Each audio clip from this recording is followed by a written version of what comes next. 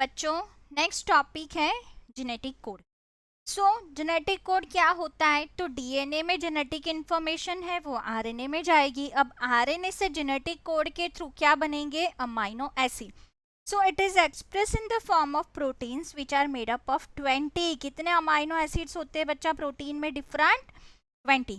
So the information about number and sequence of this amino acid forming protein is present in DNA and it is passed to mRNA during the transcription. So genetic code क्या है? तो it is interrelationship between nucleotide sequence of DNA or mRNA and amino acid sequence in a polypeptide. तो particular nucleotides जो है वो particular amino acid का formation करते हैं। तो इन दोनों के बीच का ये जो रिलेशन है उसे हम क्या कहेंगे बच्चा? Genetic code. तो अब क्वेश्चन मार्क था कि जेनेटिक कोड जो है बच्चा उसको डिसिफर कैसे करे, जेनेटिक कोड में कितने न्यूक्लियोटाइड्स हैं। तो उसको किसने डेसिफर किया? तो जॉर्ज गैमोव ने डेसिफर किया। अब जेनेटिक कोड टर्म भी उसी ने दिया था। तो उसने क्या बताया हमें कि कोडॉन क्या होते बच्चा? ट्रिप्लेट। इसका मतलब है एक कोडॉन में कितने न्यूक्लियोटाइड हो गए? 3। सो 3 nucleotide will form 1 amino acid. और अब यहाँ पे दिया है देखो कि 1 न्यूक्लियोटाइड पॉसिबल कोडॉन कितने हैं? तो 4:n। तो 4 कोडॉन पॉसिबल है अगर एक न्यूक्लियोटाइड का एक कोडॉन बने, क्योंकि ATGC 4 बेसिस है ना। चलो, तो अमाइनो एसिड तो हमारे कितने हैं? 20। तो ये तो सिर्फ 4 के लिए सफिशिएंट है, बाकी के 16 अनकोडेड रहेगा, तो 1 नहीं हो सकता है। 2 न्यूक्लियोटाइड से अगर कोडॉन बने तो कितने कॉम्बिनेशन हो सकते? 16। तो भी 4 अमाइनो एसिड बच जाएंगे, तो ये भी नहीं हो सकता। तो फिर उसने पता लगाया कि कोडॉन कितने न्यूक्लियोटाइड का बनता है बच्चा? 3 न्यूक्लियोटाइड। तो 4:3 कितना होगा? 64। तो this is enough for 20 amino acid. तो गैमो ने फर्स्ट टाइम बोला था, हाइपोथेसिस दिया था कि कोडॉन कितने नाइट्रोजन बेस का बना हुआ है? 3 नाइट्रोजन बेस। अब इसने तो हाइपोथेसिस दिया था, इसको प्रूव करना था। तो प्रूव किसने किया बच्चा? नीरनबर्ग एंड मैथी। तो उन्होंने क्या यूज किया था? तो पोली यू आरएनए यूज किया था। तो ऐसे बहुत सारे बेसिल की सीक्वेंस पूरी बनाई थी एंड उसने उसे डेसिफर किया था कि ये किसके लिए ट्रांसलेशन कर रहा है। तो वो बना रहा है नाइल एलेनाइन अमाइनो एसिड। तो पोलीफिनाइल एलेनाइन बना। तो ये जो था बच्चा पोलीयूरिडिक एसिड वो होमोपोलीमर है, सेम बेस से बन रहे हैं, राइट। फिर Hargobind Khorana is very famous Indian origin scientist. तो उन्होंने क्या किया था? सीयू वाला एक पूरा कोपोलीमर बनाया। तो यहाँ पे 2 कोडॉन है। CuC क्या बनाएगा बच्चा? ल्यूसिन। एंड UCU क्या बनाएगा बच्चा? सेरिन। तो इसमें 2 अमाइनो एसिड की सीक्वेंस बनी, leucine serine leucine serine leucine serine. तो ये किसने करा था? डॉक्टर हरगोबिंद खुराना। अब है बच्चा सेवेरा ओकोआ। तो सेवेरा ओकोआ जो थे उन्होंने पोली न्यूक्लियोटाइड फॉस्फोराइलेज एंजाइम को डिस्कवर किया था और टेम्पलेट इंडिपेंडेंट मैनर ने उनको उन्होंने एंजाइमेटिक आरएनए का सिंथेसिस करवाया। तो लेबोरेटरी में सेल फ्री सिस्टम में विदाउट सेल ये जो आरएनए है उसको सिंथेसाइज करने का काम किसका था? किसने किया था? तो सेवेरा ओकोआ करके थे, उन्होंने किया था। और इसीलिए इसको Ochoa enzyme, Severo Ochoa enzyme भी कहा जाता है। ठीक है, चलो नेक्स्ट वन। तो जेनेटिक कोड का ये जो चेकर बोर्ड है ये नीट 2021 में पूछा था, तो हमें लर्न करना पड़ेगा अनफॉर्चुनेटली कौन सा कोडन क्या बना रहा है। अब देखो इसमें है ना बच्चा, जैसे कि कोई कोई कोडन है ना वो सिर्फ एक ही अमाइनो एसिड के लिए कोड करेंगे। मैं आपको बताती हूँ आगे, पूरा मैंने एक लिस्ट बनाया है।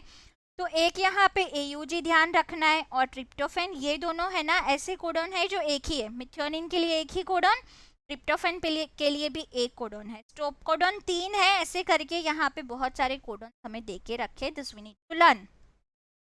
तो अब उसके हमें फीचर्स, ये बोर्ड एग्जाम में भी पूछते बच्चा, सेलेंट फीचर्स से क्वेश्चन आता ही आता है, this is important one, we need to learn. तो ट्रिपलेट कोडन होता है। अब ट्रिपलेट कोडॉन में 61 कोडॉन किसके लिए कोड करते बच्चा? Amino acid. और 3 कोडॉन होते हैं नॉनसेंस कोडॉन, जिसे हम कहेंगे स्टॉप कोडॉन। तो ये क्या करते? पॉलीपेप्टाइड सिंथेसिस को स्टॉप करते, ये किसी अमाइनो एसिड के लिए कोड नहीं करते। तो कौन से 3 स्टॉप कोडॉन से? UAA, UAG, UGA।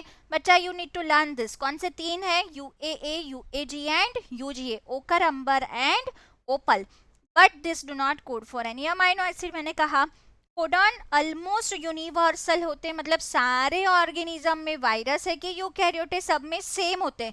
Triple U phenyl alanine के लिए कोड करता है, तो वो सब में फिनाइल एलेनाइन के लिए ही कोड करेगा, आया समझ में। बट माइटोकॉन्ड्रिया एंड प्रोटोजुआ में कुछ कोडॉन में कुछ एक्सेप्शंस है, बाकी कोडॉन यूनिवर्सल होते हैं। नेक्स्ट है बच्चा specificity. One codon always code for specific amino acid. जैसे कि मैंने बोला ट्रिपल यू किसके लिए कोड करता है, फिनाइल एलेनाइन के लिए। जीयूजी किसके लिए कोड करता है बच्चा, तो वेलाइन के लिए। ये जेनेटिक्स में पढ़ा था ना, जीएजी ग्लूटामिक एसिड जीयूजी वेलाइन बनाता है। अब जीयूजी बच्चा एम्बिग्यूअस कोडॉन है, तो एम्बिग्यूअस का मतलब क्या है, तो एम्बिग्यूअस जिसके एक से ज्यादा मीनिंग निकले।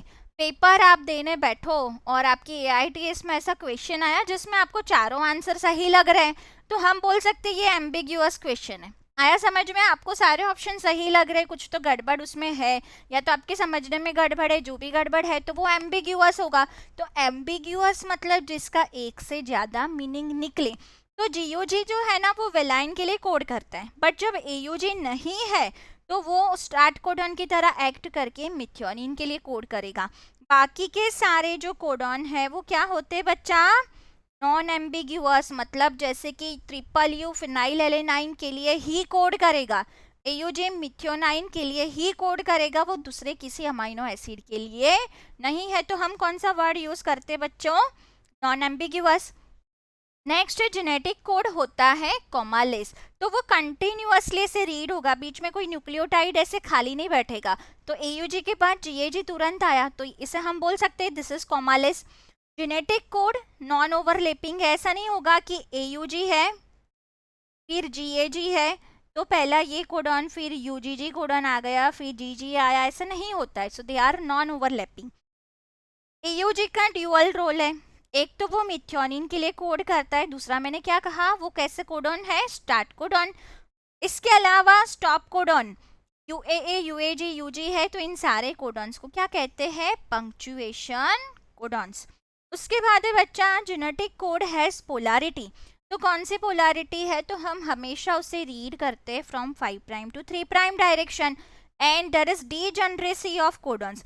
तो कोडॉन डीजनरेट है, क्यों, क्योंकि बहुत सारे कोडॉन्स है, जैसे कि वेलाइन के लिए 4 कोडॉन है, जीयूजी, जीयूए, जीयूसी, जीयूयू। एलेनाइन के लिए भी ऐसे 4 कोडॉन है, तो एक से ज्यादा कोडॉन एक अमाइनो एसिड के लिए कोड कर सकते हैं। तो यहाँ पे मैंने लिस्ट दिया है। अब देखो यहाँ एक और वर्ड आया वोबल पोजीशन।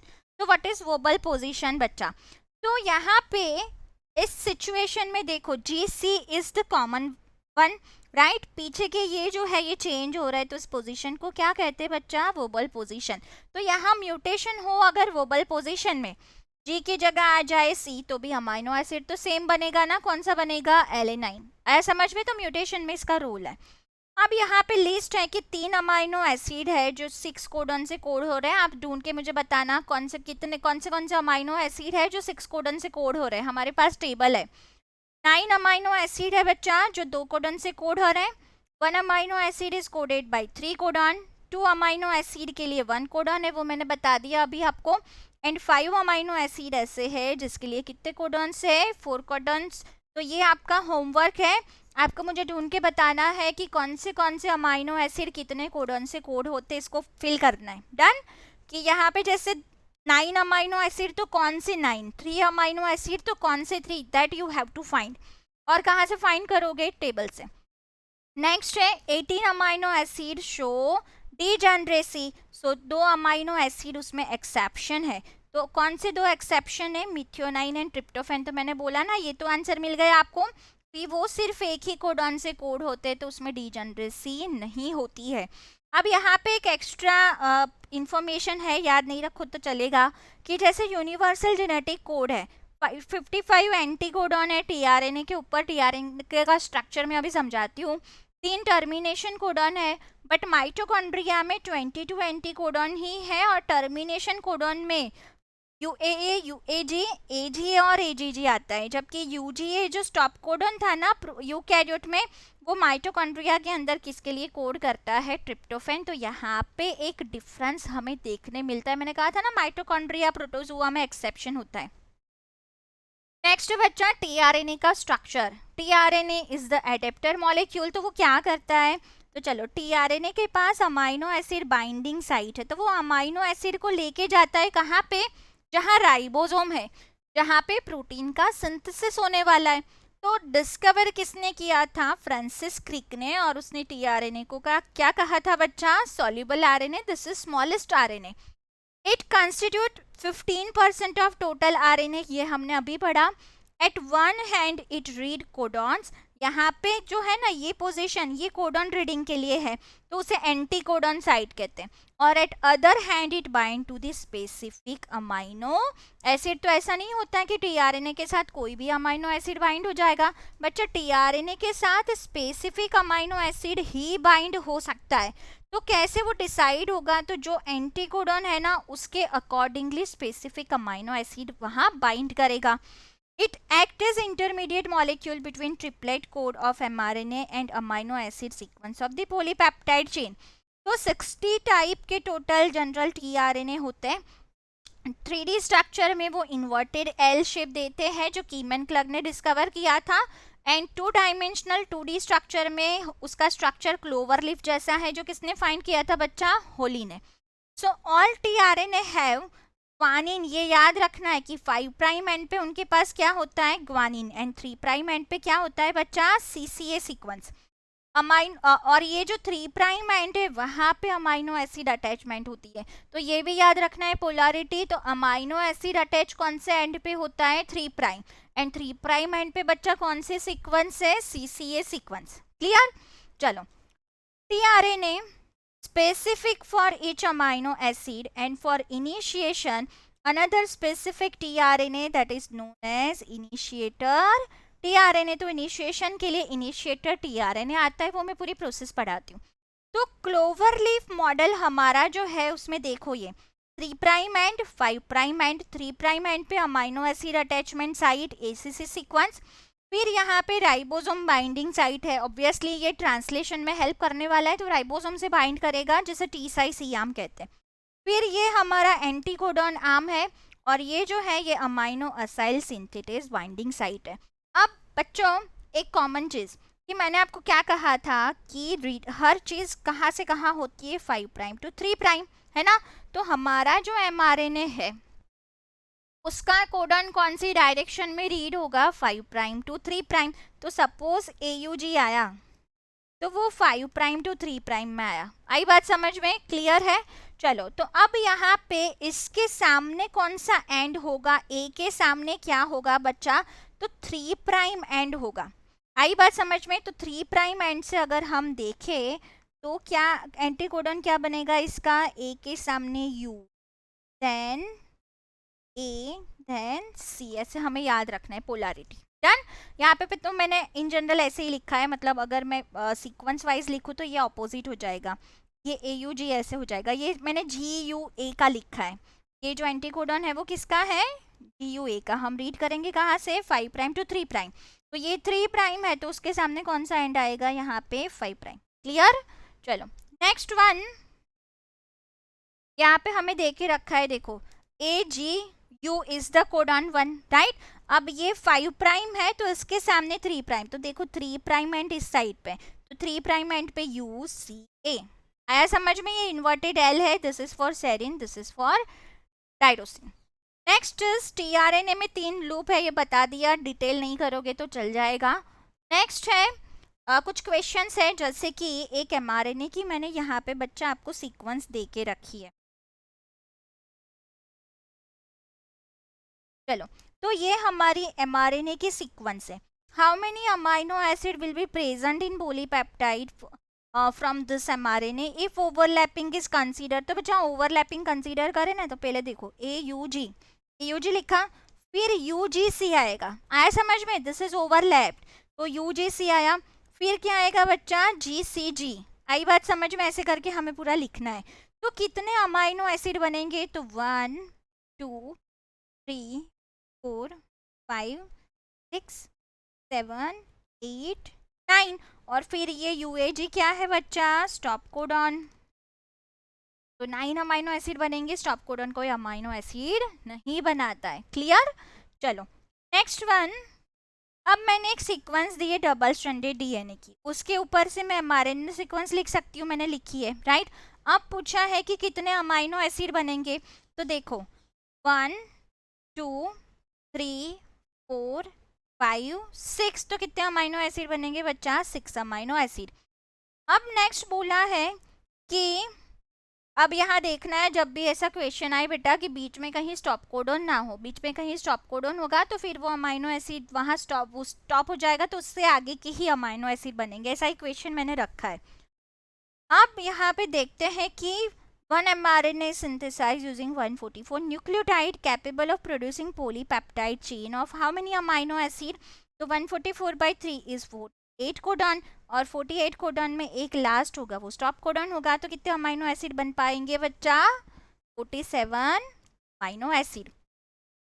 नेक्स्ट है एमआरएनए एक हमें देके रखा है, अब बोला है कि codon sequence will specify how many amino acid in overlapping condition. तो हम ओवरलैपिंग शुरू करें तो this is first, this is second, this is third, this is fourth, but fifth position पे आ गया हमारा यूएए। तो यूएए बच्चा क्या है, स्टॉप कोडॉन। तो कितने अमाइनो एसिड बनेंगे, 4 अमाइनो एसिड ओनली। और अगर ये नॉट ओवरलैप्ड होता तो नॉन ओवरलैप्ड होता तो 1 2 3 4 5 6 यूएए यूएजे यूजीए, फिर ये स्टॉप कोडॉन है समझ में। चलो next one, how many amino acids will be coded by given sequence of mRNA if its 15th base is substituted by A। तो चलो 3 6 9 12 15, 15 में C की जगह पे लिख दो A। बट अब यहाँ पे हमें देखना है कि AUG GUG फिर UAG, तो बच्चा UAG क्या है, स्टॉप कोडॉन, तो यहीं स्टॉप कर देना है, वहां तक जाना ही नहीं था। आए समझ में। तो कितने अमाइनो एसिड बनेंगे, ओनली 2 अमाइनो एसिड। तो देखो बीच में भी स्टॉप कोडॉन आए तो हमें चेक करना है कि ये पॉसिबल है कि नहीं है। डन है ना। चलो नेक्स्ट वन,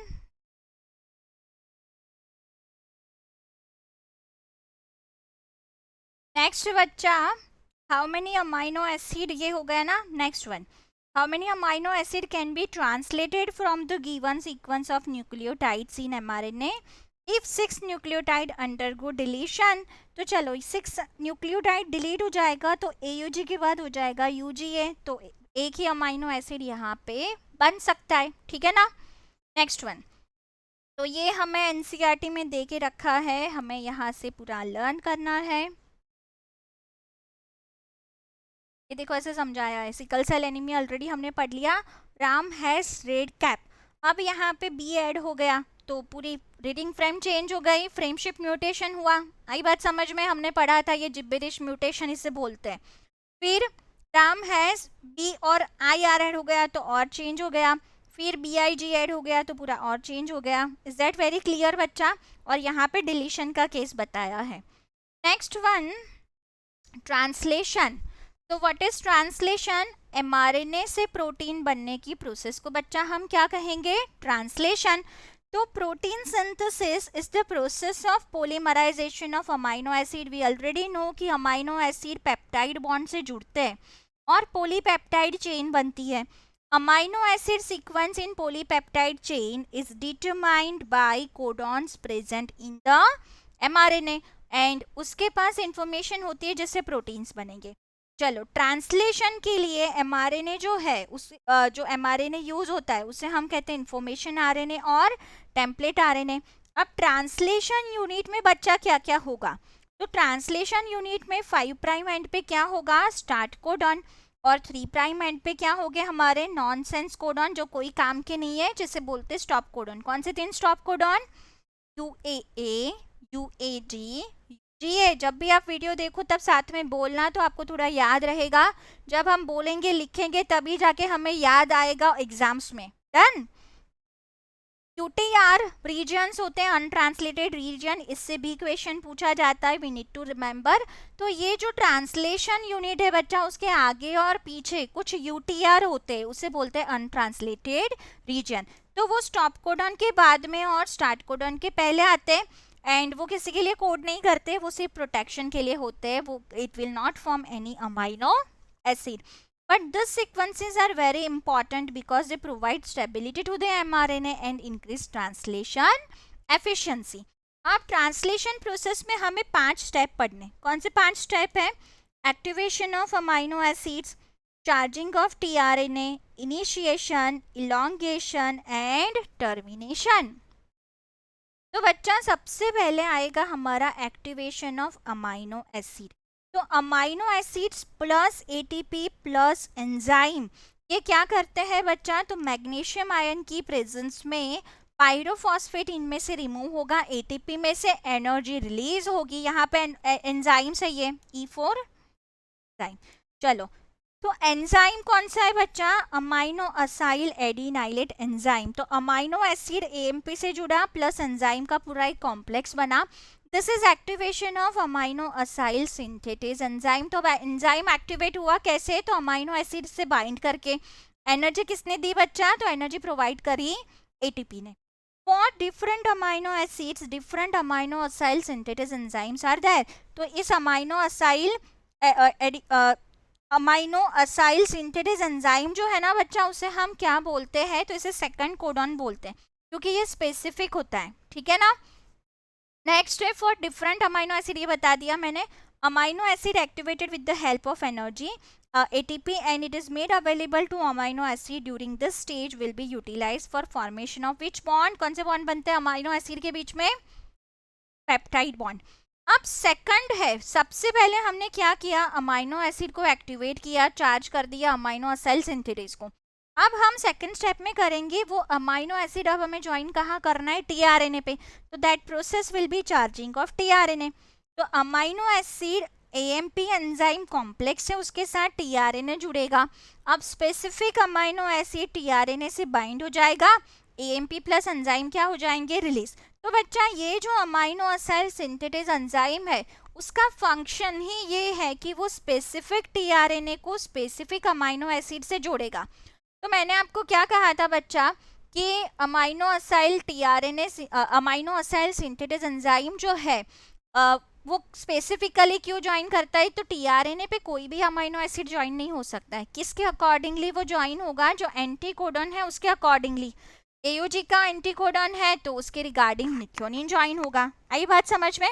चलो, tRNA binds to specific amino acid जिसे हम कहेंगे चार्ज्ड और अमाइनो असाइलेटेड टीआरएनए. अब इसकी प्रोसेस तो बच्चा बहुत ही ज़्यादा इजी है. चलो, इनिशिएशन में ये चलो मैं जाने देती हूँ, हमें इलॉन्गेशन फैक्टर अभी नहीं, आप आगे जाके फ्यूचर में जब ये चैप्टर पढ़ोगे हायर क्लासेस में तब ये आएगा. तो प्रोकैरियोट एंड यूकैरियोट में इनिशिएशन में क्या होगा? तो सबसे पहले स्मॉल सब यूनिट ज्वाइन होता है 5 प्राइम एंड पे. ठीक है, तो स्मॉल सब यूनिट कौन से एंड पे आया? 5 प्राइम एंड पे.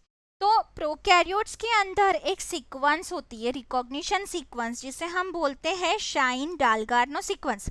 तो AGG this is our Shine Dalgarno sequence जो कहाँ पे प्रेजेंट है बच्चा?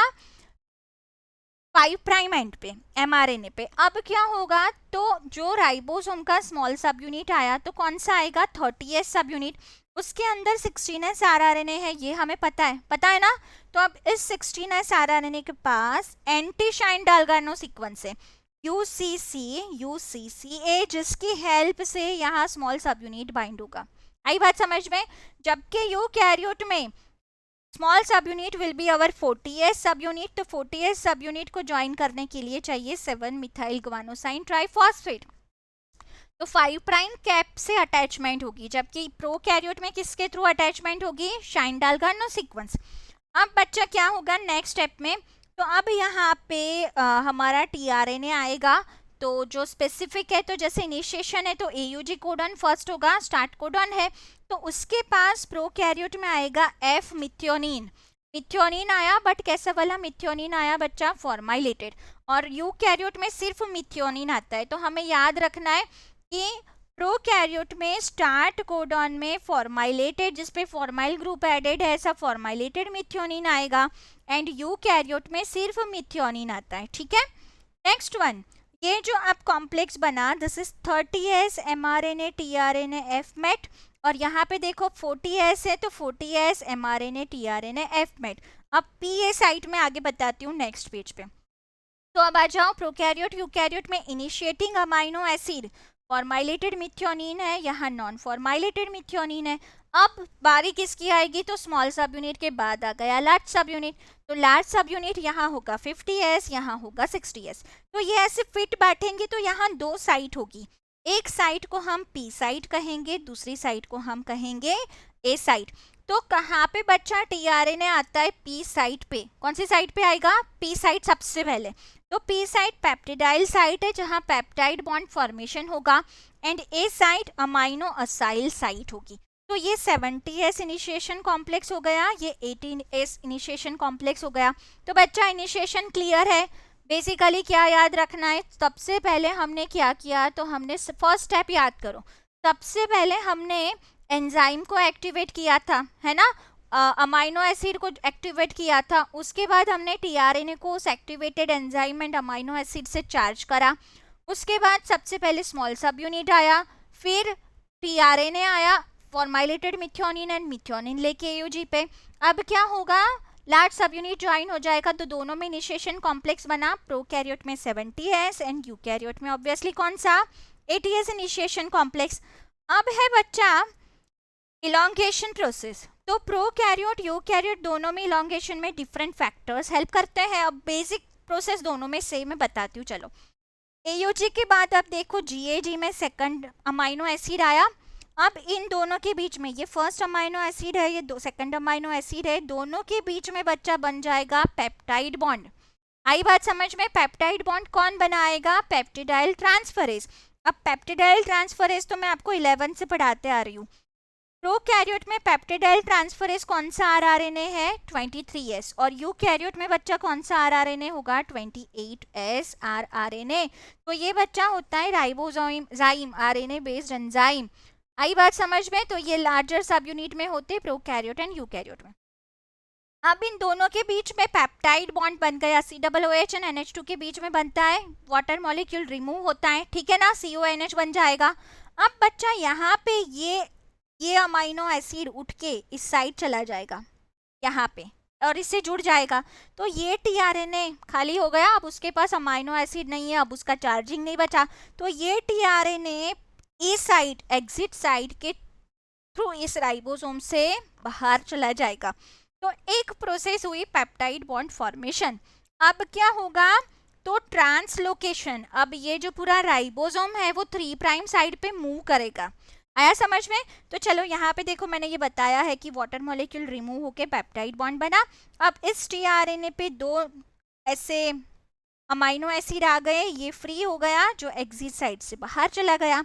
अब बच्चा जैसे ट्रांसलोकेशन होगा, तो अब देखो जीएजी और जीयूजी, यहाँ पे 2 अमाइनो एसिड थे, यहाँ नया अमाइनो एसिड आया ए साइड पे. अब क्या होगा बच्चा, तो इन दोनों के बीच में पेप्टाइड बॉन्ड बनेगा. ये पूरी सीक्वेंस यहाँ चली गई, यहाँ चली जाएगी, और ये टीआरएनए वापस कहाँ चला जाएगा, बाहर. तो फिर से पेप्टाइड बॉन्ड बना, एक अमाइनो एसिड ऐड हो गया, टीआरएनए बाहर चला गया, फिर वापस क्या होगा, ट्रांसलोकेशन. तो peptide bond translocation, peptide bond formation, translocation, peptide bond formation, translocation. This will occur again and again. कब तक होगा, जब तक स्टॉप कोडन ना आए. आया समझ में. और कौन सी डायरेक्शन बच्चा, 5 prime to 3 prime. Is that very clear. Next one, termination. तो मैंने कहा कि टर्मिनेशन में हमें चाहिए स्टॉप कोडन. तो यहाँ पे स्टॉप कोडन जब आएंगे तो उसके लिए कोई टीआरएनए नहीं होता है. स्टॉप कोडन के लिए क्या नहीं होता है बच्चा, टीआरएनए. तो वहाँ आ जाता है हमारा आरएफ फैक्टर. आरएफ फैक्टर होगा हमारा रिलीज फैक्टर, रिलीजिंग फैक्टर. तो जैसे ही रिलीजिंग फैक्टर आएगा, ये पूरी मशीनरी है वो सेपरेट हो जाएगी, पॉलीपेप्टाइड है वो सेपरेट हो जाएगा, एंड प्रोटीन फॉर्मेशन स्टॉप हो गया. आई बात समझ में. तो स्टॉप कैसे होगा, स्टॉप कोडन आने पे. तो स्टॉप कोडन आने पे टीआरएनए अब वहाँ बाइंड नहीं हो सकता है.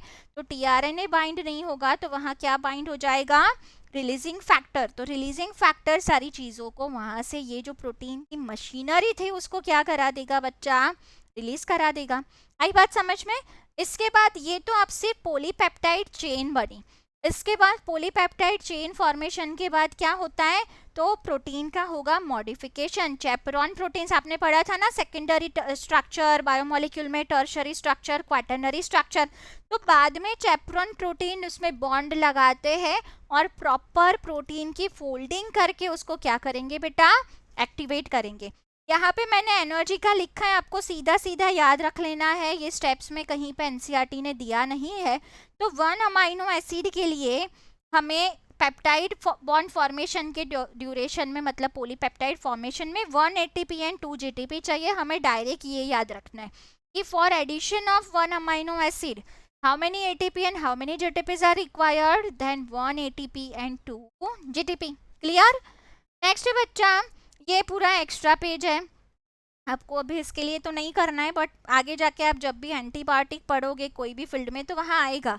एक है ट्रांसलेशन एम्प्लीफिकेशन। तो जैसे पोलीसोम बनता है ना, तो बहुत सारे राइबोसोम सिंगल एमआरएनए पे, याद है ना, ergosome, polyribosome, several ribosomes on single mRNA. तो उस टाइम पे ट्रांसलेशन फास्ट हो जाता है, बहुत सारे प्रोटीन एक साथ बनने लगते हैं, जिसे बोलते हैं ट्रांसलेशन एम्प्लीफिकेशन। एंड ये कुछ एंटीबायोटिक है जिसका मोड ऑफ एक्शन दिया है। तो स्टेप्टोमाइसिन है, वो ट्रांसलेशन के इनिशिएशन को इनहिबिट करती है, मिसरीडिंग करती है। तो वैसे बहुत सारी चीज़ें यहाँ पे दे के रखी है, बहुत सारी एंटीबायोटिक जिसका मोड ऑफ एक्शन है, बट दिस इज एक्स्ट्रा, अभी लर्न करने मत बैठना। ट्रांसलेशन के लिए यहाँ पे ये सारी चीज़ें बच्चा हमें दे के रखी है, हमें लर्न करना है। और इस बार नीट में यहाँ से क्वेश्चन आया था कि when small subunit translation शुरू हुआ, वो हम कैसे बोल सकते हैं, तो when small subunit encounters an mRNA, the process of translation of the mRNA to protein begins. This is important line बच्चा, ये नीट 2022 में आई थी। That clear? डन? चलो, तो ये सारी चीज़ें हमें दे के रखी है। नेक्स्ट वाले सेशन में मैं आपको अब पढ़ाऊंगी रेगुलेशन ऑफ जीन एक्सप्रेशन, तो उसमें हम लैकोपेरॉन पढ़ेंगे, ठीक है? चलो, थैंक यू, बाय बाय।